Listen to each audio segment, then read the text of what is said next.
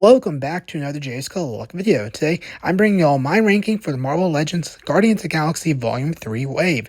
I just got done recording the videos for all of these characters, so you can find those reviews out on my channel right now if you want. And so today, like I said, I'm just going to give you all my ranking and tell you which characters in each spot and just give a little bit of reason why I placed them there.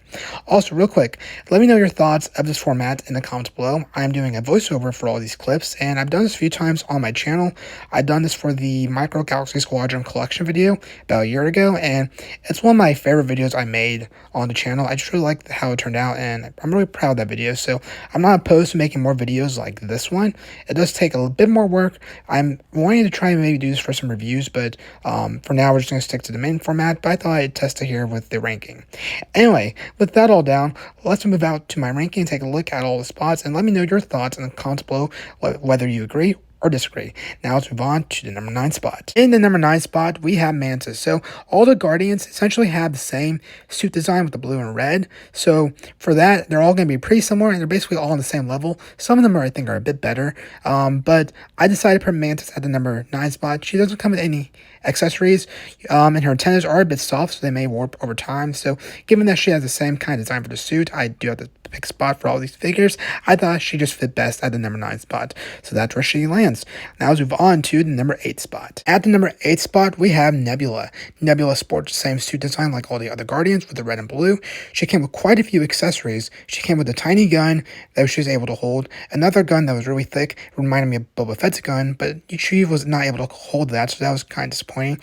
She came with a blade piece they were able to port into her arm, which I found really cool. That impressed me, but I don't think it impressed me enough to move her up further and in the ranking, so I placed her at the number 8 spot. So with that, let's move on to the number 7 spot. At the number 7 spot, we have Cosmo the Space Dog. So she is missing some details on her spacesuit, but another reason why I placed her this low in my ranking was that I feel like she maybe should have not been the Build-A-Figure for the Wave. She is kind of tiny. I feel like she should have been packed in with the Rocket, since they're both tiny characters, and it's a way for us to get both of them at the same time. And so yeah, for those reasons, that's why I placed her at the number 7 spot. Let me know in the comments below if you would place her somewhere else in your all's ranking. With that, let's move on to the number 6 spot. At the number 6 spot, we have Kraglin. So Kraglin, he is a new character to add to our MCU collections, so for that reason, it's really nice. Now, the reason he's at the number 6 spot is because he is missing some details. He's missing some tattoos on the side of his neck, and he's missing quite a bit of facial hair on his face. So even though I'm really happy to add him to my collection, just for those reasons, I put him at the number 6 spot. He does also come with the arrow that was passed down to him, so that's pretty cool. Anyway, with that, let's move on to the number 5 spot. At the number 5 spot, we have Rocket Raccoon. So like I said, in Cosmo's spot, I feel like Cosmo and Rocket should have been packed in together since they're paying that normal $24.99 price for Rocket. He's just such a small character, and just for a single pack, so I just think they should have been packed in together. So for that, he's at the number 5 spot. But other than that, I really like the way he turned out, his suit, and I like the giant gun. It just makes sense for Rocket. But yeah, that's my reasons for him at the number 5 spot. Let's move on to the number 4 spot. At the number 4 spot, we have Drax the Destroyer. So Drax, he's okay in my opinion. You got 2 knives, nothing else, no hand accessories. And then he has the same suit design like all the others, especially Star-Lord, since they're both males in the Guardians team. You got the red and blue for the design. His head articulation is really the big thing I gotta complain about. Just, it's not the best at all. He can only turn 360 degrees. He can't even look up or down or side to side. So that's one of the worst head articulations I've seen in quite a while in my Marvel Legend collections. But besides that, he's a pretty decent figure. So that's why he's at the number 4 spot. Let me know where he would rank in y'all's ranking. But with that, let's move on to our top 3 now.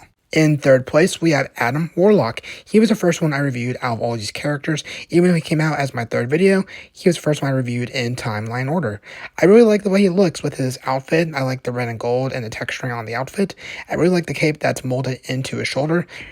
That's something I really liked. And so yeah, he didn't come with any accessories, so for that, I thought he deserved the number 3 spot, but I really want to put him higher, but this is where he landed. So with that, let me know where you think he should land in y'all's ranking. Let's move on to 2nd place. In 2nd place, we have Star-Lord. And Star-Lord has the same suit design like all the others, the red and blue, the black boots. And just overall, I feel like he's a pretty decent figure. Had a cameo from one of my friends who really liked the head sculpt. And the only thing I have to say is that I think the bottom portion of his blaster should be a bit longer. But besides that, he's pretty much on the same par as all the others, so he lands at the number 2 spot. So with that, let's move on to our number 1 spot. In first place, I have Groot. In my opinion, Groot should have been the Build-A-Figure. He's the right size for it, but he was the deluxe, and instead Cosmo was the Build-A-Figure, but y'all know my thoughts on that. Overall, Groot is a pretty decent figure. He is missing some leaf detailing on the back of his wings, and I guess on his wings in general, but overall, I really like the way he looks. I like the texturing for the wood. He also came with quite a few accessories, unlike Adam Warlock, and he also came with a little baby rocket, and unlike all the other Guardians, he's a bit more unique, and so for those reasons, I put him at the number 1 spot. But let me know where you put him in y'all's ranking. So with that, let's move out to my outro. Well, everyone, that's my ranking for Marvel Legends Guardians Galaxy Volume 3 Wave. Let me know your thoughts in the comments below. Do you all disagree or agree with my ranking? And I did not think it would take only about 6 minutes to record and voice over all this stuff. I've been editing this as I've been going through the voiceover segments. But anyway, yeah, I actually had a fun time doing this. Took a while, but I'm really happy with the result. But let me know your all thoughts with this, I guess, format for the video. Anyway, keep an eye out for other videos coming to the channel here soon. I hope you all have a good rest of your day and take care.